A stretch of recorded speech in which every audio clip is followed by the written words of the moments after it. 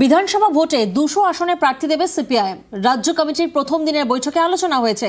80% আসন ইতিমধ্যেই চূড়ান্ত করেছে সিপিআইএম।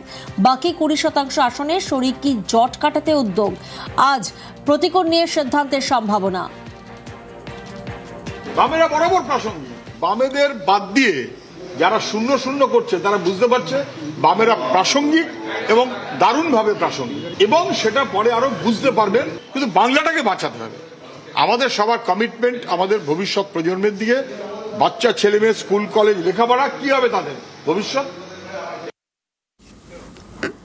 সিপিআইএম ছেড়ে বিস্ফোরক প্রতিকূল রহমান, দলে কোণঠাসার অভিযোগ, কথা না শোনায় 2 বছর নিষ্ক্রিয় করে রাখার অভিযোগ। মোহাম্মদ সেলিমকেও নিশানা প্রতিকূলের।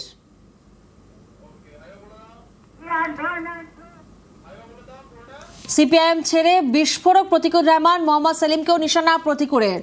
সিপিআইএম ছেড়ে এবার কোন পথে প্রতিকূল রহমান? প্রতিকূলের ইঙ্গিতপূর্ণ মন্তব্যে জোর জল্পনা।